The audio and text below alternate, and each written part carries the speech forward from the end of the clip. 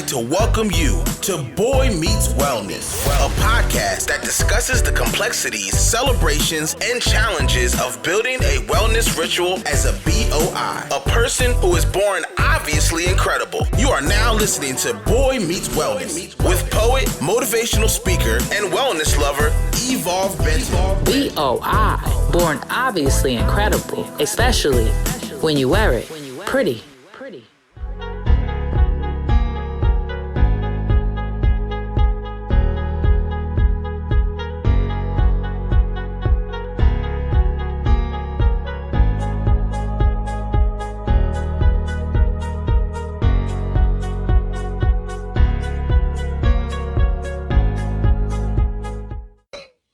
Hey folks, hey, welcome to the Speaker's Room Live. Up. We just had an amazing conversation, y'all. We realized we weren't live, and then we were like, let's go live and actually talk about this. So I am here with an amazing friend, amazing soul, Opulence Abundance, to talk a little bit about like Clubhouse. I've been hearing so much about this, like I would call it an energy field right now, right? Like it's just the space. People are really like bursting in conversation, ideas. I'm hearing about networking, and I've only been on a couple of times, and I have to admit, Opulence Abundance, it was a time warp for me. I logged on a Clubhouse. Next time I looked up, it was like 3 hours in. So it's definitely very addictive, but I would love, before we jump into that, right? If you're listening now, just put #live in the comments. If you're listening later, put replay. Can you share with the world who you are, right? And you're a speaker. This is the Speaker's Room Live. What is your message that you share with the world? Oh, such a good question. So, hi, everyone. My name is Opulence Abundance, and my primary identity is student. I am a student, a grateful student of this world. I'm also an artist, a mental health professional, and recently the universe has been training me on conflict mediation and conflict transformation. So those are my passions. And my message for the world is really that being your authentic self, standing in your authentic truth is our life work. And it is also that life work that requires a lot of inner healing sometimes to even know what that authentic truth is. And when we engage in that healing work, when we make space for our authentic selves, our authentic desires, we heal the collective. So that is my message.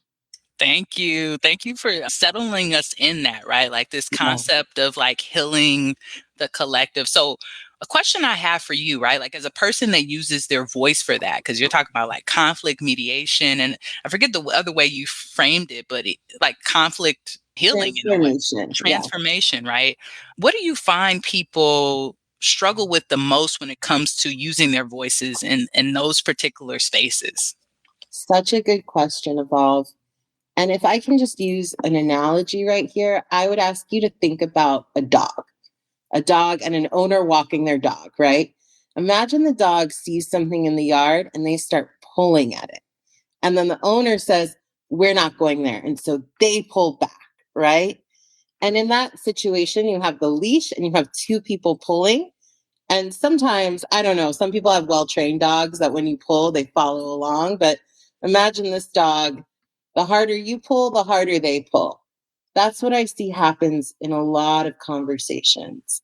The deeper we go into conflict, the more fixed we get, the more we vilify the other person. And we have this beautiful opportunity to use our hearts. My method is really check your activation. If you're activated, be honest with yourself and step out of the situation. Let the dog go off leash for a second. When you're less activated, think about how you can reframe the situation. I won't go into that, but the biggest thing to answer your question, we have the ability to soften. We have the ability to open our heart to say, I felt really hurt when you did that. Or even in a more professional circumstance, just being able to share or saying, I can see that you're really uncomfortable in this situation. Softening can look like sharing, or it can look like having empathy and trying to understand what the other person is coming from. Softening is different from becoming small. And when I realized there was a difference between sacrificing my own needs and softening, my world changed. But yeah, I think that if you're in that situation with the dog and the leash, if you can just find a way to release the tension and then see where y'all can soften towards each other, that can really transform a dynamic. Thank you so much for breaking that down for us. So I think anyone who's listening to this, especially fellow entrepreneurs, right? Like coaches, speakers, if you are starting anything where you're in business with other people, whether that's like, a customer, a client, your future person you'll hire, heck, your spouse you might be working with, right? Really thinking about this and that term of like softening to be able to continue the relationship, right? So I've been doing diversity, equity, inclusion work the last decade, and so many of the gaps I've seen in organizations have been that unwillingness to compromise in that particular way because of the hierarchy and power dynamics that are created. So I really appreciate your work, right? And I think that it's amazing. I want to thank you so much for that labor because I know you're killing it, right? But you're also saving people a whole lot of time and energy that they wouldn't have to use. And a lot of that energy is being used by you doing the work. Right. So thank you. We honor you for that. So let's talk about joy, because that is the machine that you are, right? You are the joy machine.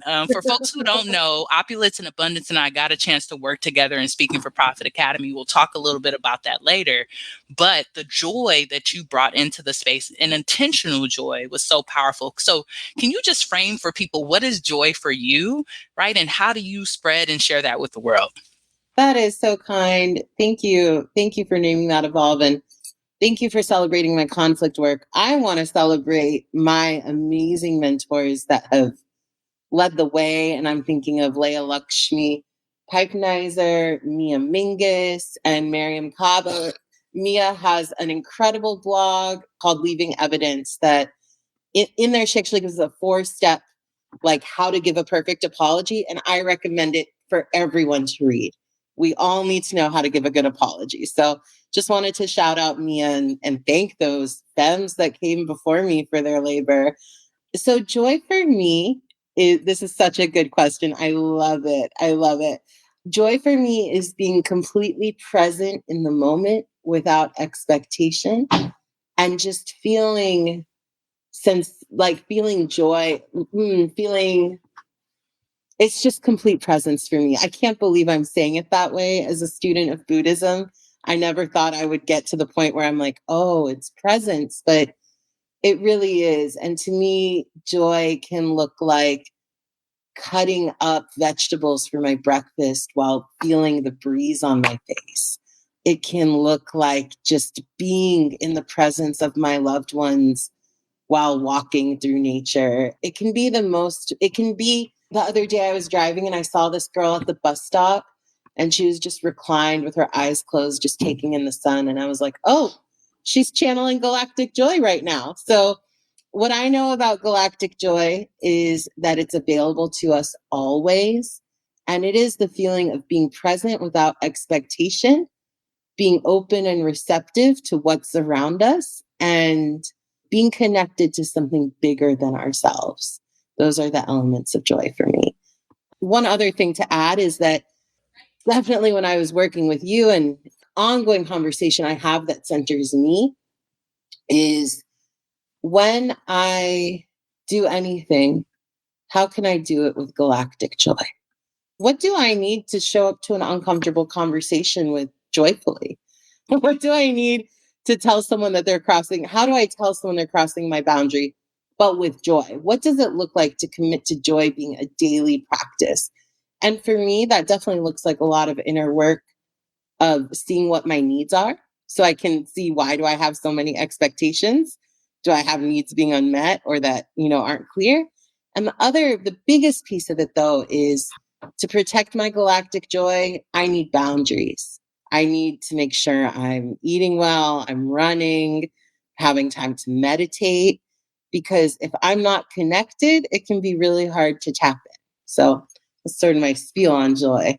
I love that you brought in that thread of like well-being, right? Like, and I'm in a lot of like mentorship programs where we talk about optimal performance, right? And I'm kind of weird about that because it sounds very like capitalistic, and I'm not about that. But I do think that an optimal environment for my joy is really what I'm trying to center when I'm creating freedom for myself as an entrepreneur. When I think about freedom, I think about like you said, no stress. I put a quote up yesterday. I wish you all more success and less stress, right? Like that's really what joy is for me, where I'm not sitting in any fixation of discomfort. Like you said, just that sun on the face. So when you mentioned that, I could just feel it. I could feel myself laying in some grass, right? Roll over to my side, maybe get a nap on the left and on the right. And that's what I appreciate about you. You really bring in the five senses of that. And that's why I already know that you're a killer at Clubhouse. I haven't come to your club yet. I haven't.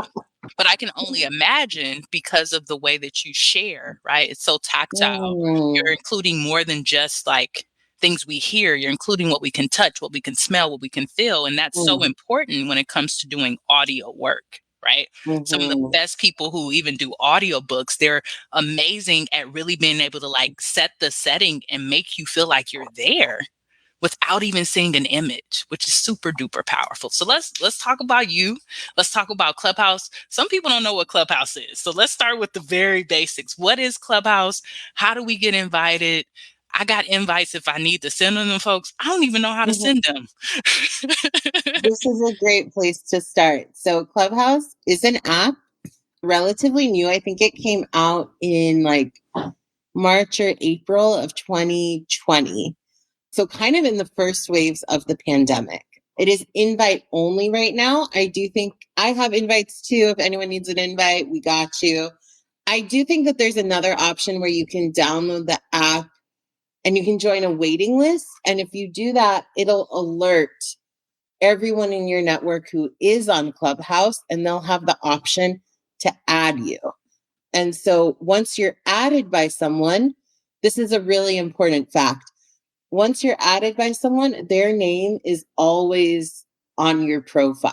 It'll say Opulence Abundance nominated by, or someone nominated by Opulence Abundance.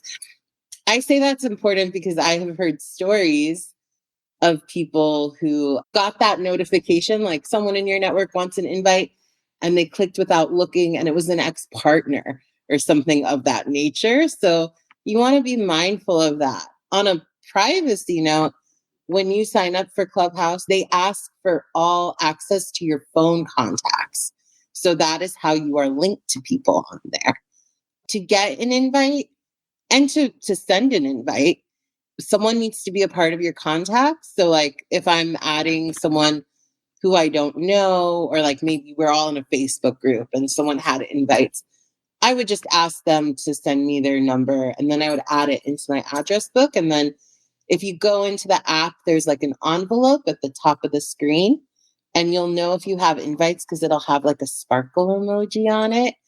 And Clubhouse gives me new invites like every 3 weeks or something. I have like 6 invites right now. So that's kind of nice. I like to use my invites somewhat strategically because Tell us more. I love all this strategy you're giving us. Please tell us more. Yeah, so I have an ongoing Clubhouse. Like I have an ongoing, like we meet weekly. And for me, coming onto this app, absolutely an energy field, absolutely a time warp. I like to have a meeting that meets at the same time each week. I'm noticing that something that's unique about this app is that like there's not a lot of information on it. Like there's not, it's so different from Instagram or Facebook, which are very image heavy. And the systems that come to connection, I don't know. I'll go more into that. But essentially, I like to ask that if I give you an invite, you come to my club or we host a space together. That has been sort of my bar for people where it's, and that's actually been good because when you first get on there, it can be a little confusing to use. Excuse me. And the way that Clubhouse works, you only have access to the audio spaces, which are called rooms. You only have access to the rooms of people you follow. So if much of your network's not on there, you get on there and there's maybe 2 rooms, but they're not very interesting. and you don't directly know the people in there, Clubhouse will show you a list of popular rooms. And I have to say, just to be honest, just to keep it real with everyone, some of those public rooms are a little rough. What do you mean by rough? What can we like just anyone's in there, the conversation's rough? What All do you mean sorts by of that? things. I mean, I'm a very tender, gentle, warm person. I need a lot of tenderness, gentleness, and warmth to feel good in a space. So by that, I mean spaces where maybe there's 40 people on the stage and everyone's talking. So from an audio perspective, it can be unpleasant. I'm very audio sensitive, so I don't like when there's a lot of background noise. I'm not totally here for spaces without intention. Sometimes I notice that rooms can have a lot of gender stereotypes or can just be reflecting aspects of culture that are so outside of my experience that I feel a little alienated. So that's what I mean by rough. They can just be like a little like, I think the best thing I can compare it to is like an AOL chat room moment where it's like, if you saw all the public chat rooms, you'd be like, what? But some of them are really cool rooms too. Like I know that a lot of the reason people got on Clubhouse over the past couple months is because, Bill Gates was speaking on there, Elon Musk was speaking on there. So that'll also be in the public room option. You'll see like rooms that are just very, very popular for better and for worse. I know that not the leader, but the woman who wrote The Matrix, Sophia Stalwart, she Mm-hmm. holds a regular room. So that can be kind of cool.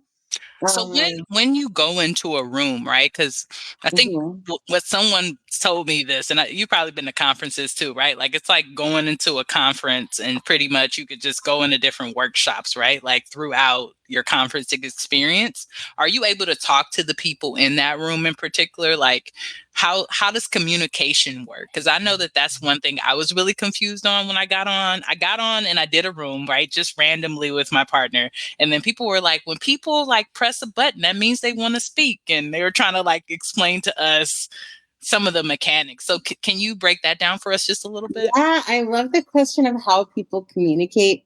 And I have to be honest, I'm kind of a technology nerd. So in the case of Clubhouse, I love that there's so many people generating and creating norms of communication together.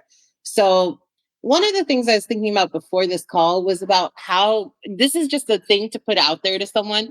Maybe we can do a Clubhouse room on it sometimes, but just thinking about the evolution of technology, information, and communication, particularly on a generational line.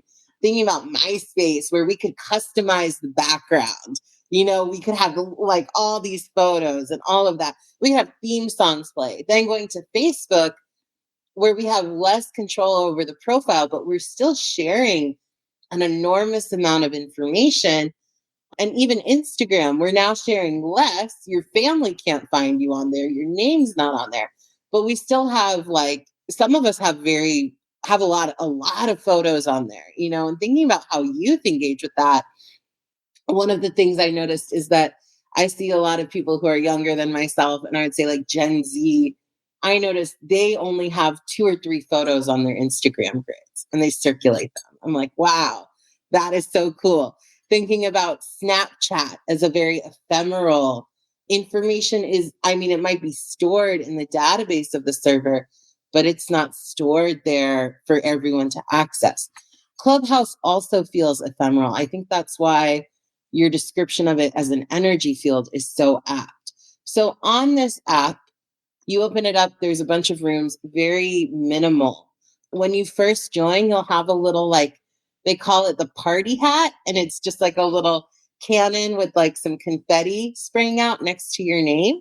And that indicates that you are a new user. I do recommend that like when you sign up for Clubhouse, take that week to try and learn it, because people will see your party hat and they will engage with you on it and they'll ask you if you have any questions. Whereas I've seen people who downloaded it, signed up, and never got around to using it. When they do start using it, they can feel disoriented and sometimes a little unseen in their newness. So that's sort of my tip there. Like use it a couple times. Like just log on for a few seconds each day, maybe, or whatever your boundaries are with tech. Like at least use it so that you can understand the basic functions. On Clubhouse, you have an unrestricted profile space where you can write all sorts of things. You can now link things. We'll talk about the profile as a strategic piece a little later. You have one avatar photo. When you are in a chat room, people will sometimes say PTR. That means pull to refresh. So you just pull the top of the screen down and it refreshes everyone's images. So sometimes in rooms, people will, like I've been in storytelling rooms where people change their photos and then you have to tell a story using the photos in people's avatar. Oh, so Or cool. yeah, I've been in rooms where people are like, I don't know, like playing with each other and will steal each other's profile images. The lullaby room happens every night at 9 p.m. and people change their profile images to like them in pajamas or like anything that's sleep themed. So that's kind of cool. You get one image there and then you get your profile text, and that's basically it. Everything else is real time audio. When you enter a room, if there's one other person in there, you will automatically be a speaker and the two of you can talk.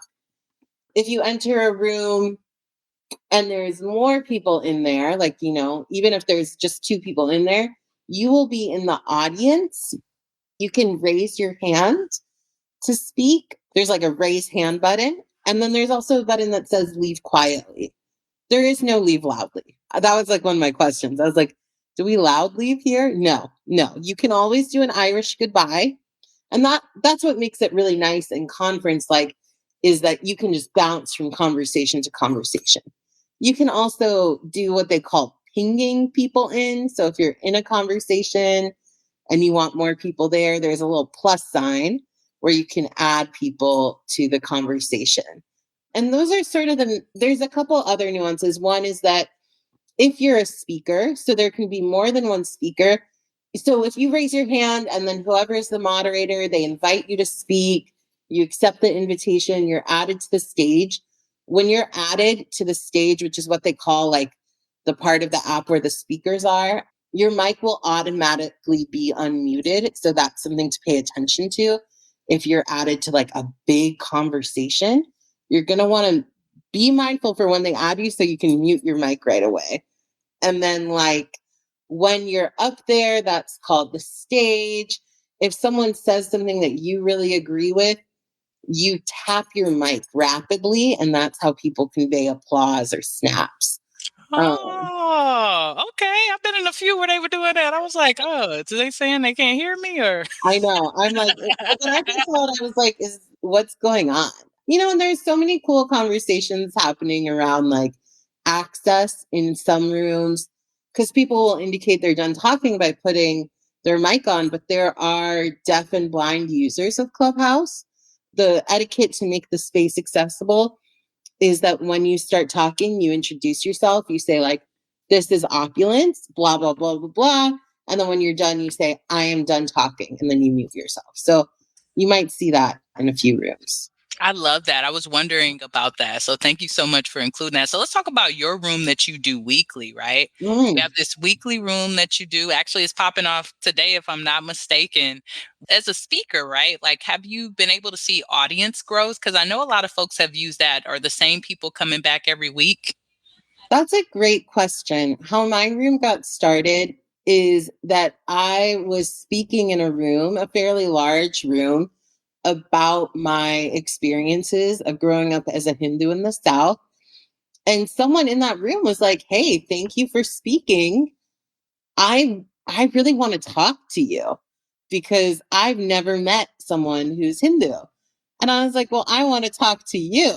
Uh, and so what happened was that I messaged them on Instagram. That was something I meant to say. You have an option to link your Twitter or Instagram. And I think that's something that new users of Clubhouse, that's like one of the first things you should do because Instagram doubles with Clubhouse to be like sort of the messaging feature. And that was something I kind of learned a little too late, is that when I host rooms or if I'm speaking in big rooms, I need to remember to check my Instagram because people are likely messaging me. Oh, okay. So they can't message you straight on Clubhouse. It has to There be is no DM feature on okay. Clubhouse. So Okay. Instagram or Twitter sort of doubles as that. So it's really important to do that. And a couple of tips I wrote out that I just want to share really quickly is, if you're onboarding to Clubhouse, I recommend that you search for people you admire and trust. For me, that's Miriam Husna. I really like her. I love the things she says. I love her energy. So I just found her profile, added her, went through her friends, and added whoever looked interesting to me. And that gave me access to really interesting rooms. And that made it feel exciting and fun for me. The other thing I would do is I also went through a lot of people's profiles. And if I see someone's profile I like, I screenshot it and I make adjustments to my profile. I think thinking about, why are you on Clubhouse? And if it's to market yourself, if it's for business, you should be really clear about that.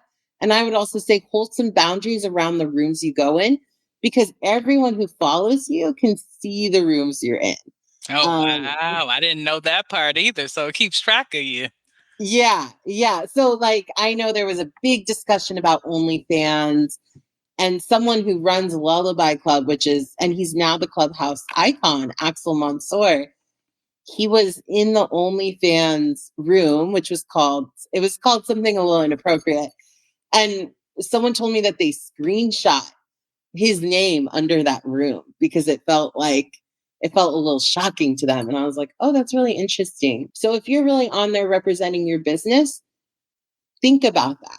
Think about that. Think about the fact that everyone who follows you can see where you are. The benefit for Clubhouse and the way you can grow your audience, I wouldn't say your audience on Clubhouse is as important as your audience maybe on your Instagram, or if you have a funnel set up to your larger businesses. That's the real opportunity to create new, unique connections. I know that I was able to gain like 300 new followers on my Instagram, which was shocking to me. Like, those are 300 strangers that have genuinely chosen to connect with me. That feels somewhat rare. You have to make a lot of content on Instagram to get a response like that. There are different types of rooms. So I want to talk about mine, but I just need to name this really quickly. There are rooms that are huge, and there's things called pitch rooms where you test your pitch. You pitch and people give you feedback. There can be rooms where it's like 1 million people and the line might be like 40 people deep. I think those are good rooms. If you're looking to grow your following quickly, you should definitely go to those rooms. Make sure you're prepared. And I like to sometimes get in a 40-person line if I'm cleaning. I'll just listen and clean. And then when it's my turn, I'll be there. Sometimes I'm not around if it's my turn and I got to step out of the room, right?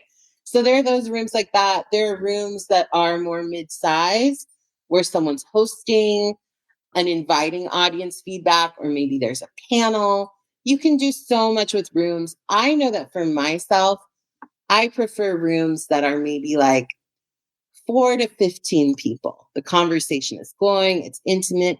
I can be an active participant in an ongoing conversation versus being someone just asking a question or sharing.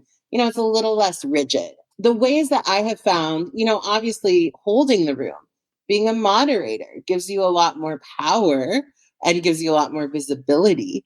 So, Can anyone hold or moderate a room, or do you have to get special access to do that? anyone can do it. There's a button Okay. on your main screen, which the main screen with all the rooms is called the hallway. And there's a button called start a room. Anyone can do it. There are also clubhouses on Clubhouse. So funny. I would say the clubhouses are analogous to Facebook groups. And anyone can now create a group or like a clubhouse. So anyone can start a room. I have definitely started different rooms, and sometimes I've started them randomly with very little strategy. And I've had really great, deep conversations. Those haven't gotten super big. I will say that I have been hosting this weekly room We are not the most consistent. Sometimes we'll miss a week, but that is honestly okay. And I think a Clubhouse room can be a great way to have a regular offering with some flexibility. So the rooms, it has gotten really big, and I've been able to build genuine connection with complete strangers. The benefit of my room, which is called Churning the Ocean, and it's a space for metaphysical discussion, is that me and my co-host Bakari, we have separate communities. So separate. Bakari is in the military, grew up as, just comes from a different background than me, is living a very different life. And the beauty of that is that, like, people I've met on the app who are maybe similar to me, like I'm connected to a lot of people in the South Asian diaspora. So, like, also thinking of like Pakistan, Adria, like just people from that area. It's been really special for me to connect in that global way. They'll come into the room and talk with us, and Bakari's community will come into the room. I will say there's a couple strategies. One is if you're in a big room, like maybe a writer was giving a talk about a book.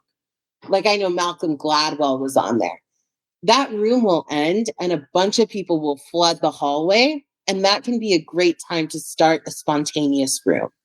And people will just follow you from the old room. They'll be like, oh, that person was cool. They said something cool. I'm going to go to their room.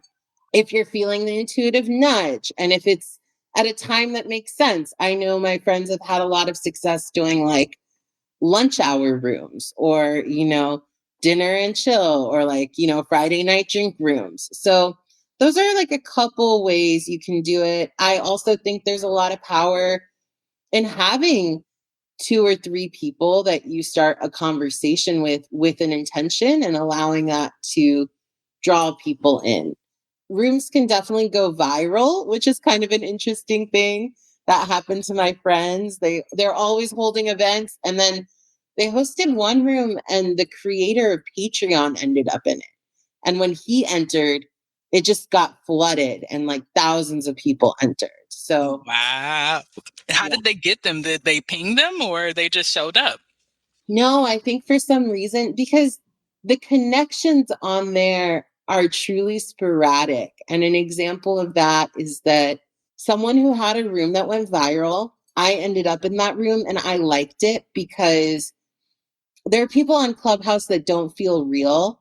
Like there's someone named Swansit and she has like 60,000 followers, which is really unusual on Clubhouse. And she's always a recommended profile. So I was like, she seems like an alien. I don't think she's real. But I ended up in this room that she was in. And this girl, the room had just gone viral. It had gone from being like 5 to 7 people to like 5,000 people, 5,000 is the limit, by the way, on any Clubhouse room. It probably wasn't 5,000. There's probably like 1,500 people in there. But this one girl was just like, asking her a lot of upfront questions like, who are you? How did you get to be so, like, why are you on the recommended profiles list? And I was like, oh, I like these people. They're so honest. So I started following them. One of them created a room that was a little bit of theater. It was pretending to be a boba shop. Oh, wow. Yeah. It was called like, the room was titled Boba Grand Opening. So I went in there, I pretended to order boba. All these people came in and out. It was maybe 5 to 7 people max were in that room. But one of the people I connected to in there turned out to be like a serial entrepreneur, like a gazillionaire. And then me and him started connecting. And so I don't even remember what your original question was, but I just want to like.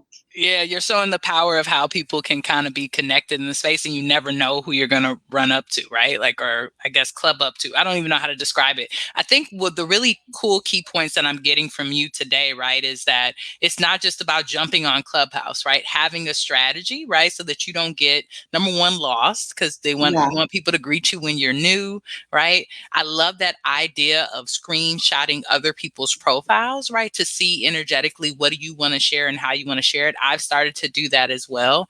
And the power of connecting those other social media platforms like your Instagram and your Twitter, because that's the only way that people really can communicate to give you feedback, right? Like, and be able to show you that type of love. This has been amazing. I know you got a club coming up, so I'm going to let you go in a moment, but I do want to ask you a question just about speaking in general, right? You're a part of Speaking for Profit Academy. One thing that you loved about the program, I know there's probably like 100 things, but one thing that you loved about the program, and one thing that you would share with speakers, right, who are thinking about using it particularly for that business. Such a good question. Thank you for wrapping up and tracking time. I love being facilitated sometimes. So I can just like go in on the passion and someone can be like, okay, we want to, let's come back. I do want to share a final Clubhouse story, or like a final tip, which is absolutely move with humility. Wait to shoot your shot. There's a lot of people, and people can tell if you're just there to sell them something. To me, Clubhouse is intoxicating, and I've had to put huge boundaries around myself with it because it felt like being at a party after months of COVID. So people know if you're just there to sell them something. There's so many people trying to launch businesses right now, and that's a beautiful thing. The pitch I make in my Clubhouse profile is very specific for that reason, because when you start looking at profiles, you see everyone's a coach, right? So I would say that, but part of humility is also understanding, like, it's not all about what you have to offer. It's about listening and also knowing your connections can come other ways. So one of the rooms I was drawn into was a room about forgiveness. I was like, amazing topic. I went in there and I did share a little bit of my forgiveness story, which was beautiful. And the host of the room was this incredible woman who has her own mediation business. I loved her profile. She talked about creating healing circles for young women all over the globe. And I actually reached out to her on Instagram and asked if she would be willing to have an informational interview with me, just so I could ask her about her career in mediation. And it is one of the most generative connections I've ever made. And she was so glad that I took that.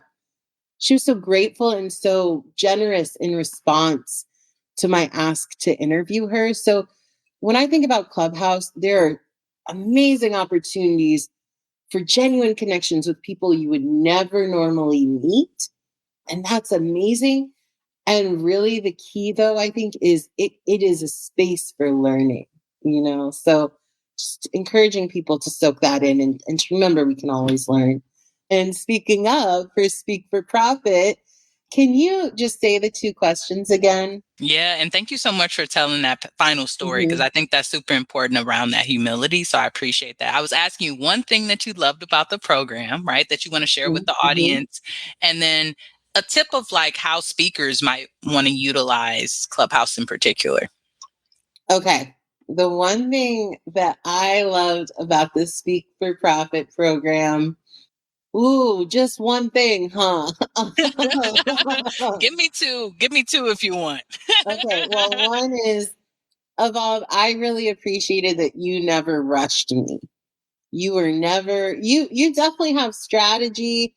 I definitely felt like you always gave me tangible solutions and tangible ways to implement the strategy, which I appreciate, because sometimes in these coaching programs, you ask real questions and people just say some stuff to you. But no, you gave very, very specific, detailed, concrete answers and guidance to any questions I had, which was amazing to be able to have on hand. And I appreciate that you were there to be like, oh, hey, how are we going to implement this? But you never rushed me. And when I was having moments of being like, excuse me, I don't think I'm ready to implement this step, you were sort of like, well, yeah, maybe not, maybe you're not. You never said that, but you definitely said, like, you are like, you always remembered my brilliance. You always trust my brilliance. And I think that can be a little rare in the world sometimes. I've been reflecting a lot on how sometimes people can really just be set on fixing us. And that's not a very empowering approach, right? So, just celebrating that we all have gifts. We all know what's best for us.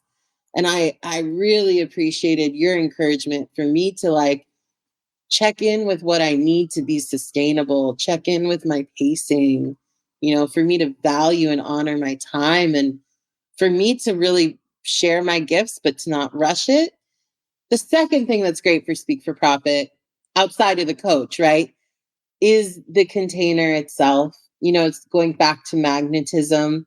You are an energy magnet. You are a money magnet. You magnetize so many things, and you have grown a really great garden, and the bees and hummingbirds that are coming to your garden were just amazing. I got to connect with amazing people. I widened my network in a wonderful way. And honestly, like, I think that I have found a lot of opportunities and growth through connecting with the people in the program. So as Speak for Profit grows bigger, I'm just so excited to like meet the new members and continue to just participate in the community, because it's really, really great and powerful. Oh, I miss Yeah. you. I miss I seeing you miss every week. you. Oh, I know, I loved it. It was so grounding. To the final question of how speakers can utilize Clubhouse, what a good question. What a good question. I mean, I think that the possibilities are limitless. I think that Clubhouse, in the program, we talked a little bit about how there are different types of speakers. A part of my journey with Clubhouse was, prior to me being in Speaking for Profit, I was having all these ideas around creating a group therapy platform. It's still coming. But realizing that, like, oh, actually these things that I was thinking of as really labor intensive workshops that I'm not quite sure how to implement, or if I have all the back end details, I can actually test these concepts really easily in Clubhouse. So that's how I honestly use it, and how I think people could use it is, if you have an idea, create a room and see how people respond. Or if you and a buddy want to test something out, create a room, and you can really test ideas there. You can really, yeah, you can experiment and have fun. So that would be my big tip to everyone. I'm looking over my notes to see if there's any big thing that I wanted to shout out before we end this conversation. You've given us so much wealth. This is so good. I'm like, this is going to be definitely a part of our modules. Well, I always ask people to Okay. do a free talk, right? That's what I was Clubhouse could be thinking. a It's a great, exactly. good That's place a for a great free talk. parallel. Yeah. It's Yeah. a lot less stakes than going live, right? Because you don't have to be on camera. You can kind of like chill out a little bit, especially if you're a new speaker and a little nervous about it. I agree. I would say if you're going to do a free talk where you're the only one talking, pad the room. Pad the room. Set up some people there to be there to receive you and answer some Mhm. questions. Because otherwise, I do think that if it's just you in a room alone, that can have its own energy. That if you're chill with it, that's good. Sometimes if I set up a room and I'm waiting for people to come in, I actually just play Spotify. Um, That's a good point. Little DJ before DJ. yeah, and then as soon as someone comes in, so I'll just open the room, put Spotify on my phone, wait for people to come, and as soon as they come in, the Spotify will cut off, and that'll let me know someone's in the room. So Pro just, tip. yeah, pad the room. But also, just before I end, wanting to name that, like, something people do that I think is so cool is reading groups. Like, there are people who get together, and my favorite one, they each take turns reading out loud a chapter of Bell Hooks Is All About Love. And then there's like a Is that discussion. Nalo and their partner? I think that does Is that that. who? Nalo Zaidan, I think maybe.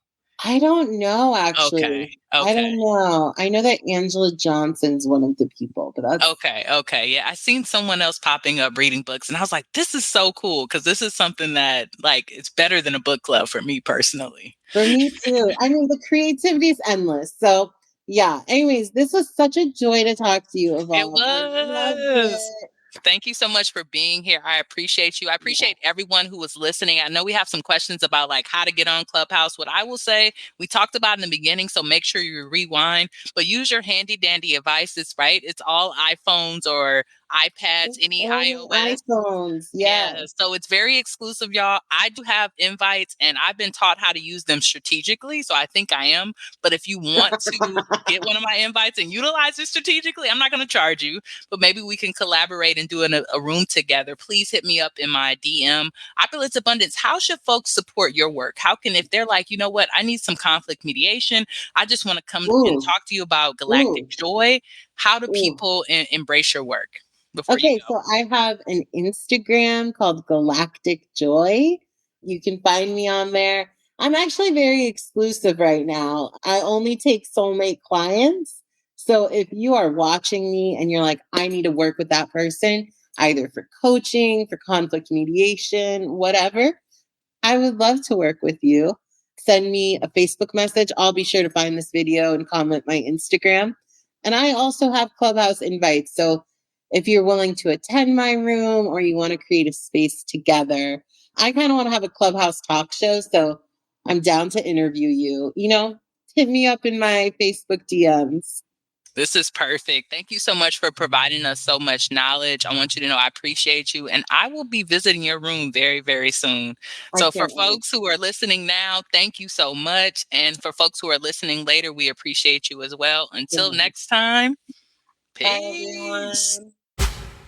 Thanks for listening to Boy Meets Wellness. Stay connected on and off the show by following us online at Boy Meets Wellness. That's boy with an I. Until next time,